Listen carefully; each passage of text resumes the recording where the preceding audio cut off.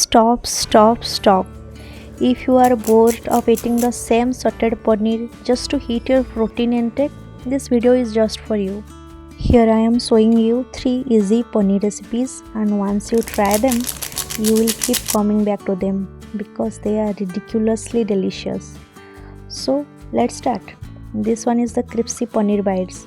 Thin slices of paneer, simple spiced coating with besan and rice flour, then coated with breadcrumbs and air fried until golden and crunchy. Just look at the crunchiness. Dip it in the green chutney and that's it. And this one is the spiced paneer potato twist. Spiced paneer and potato, shaped and squared and air fried until crispy. Served it with a quick yogurt dip and some salads, and your lunch is sorted.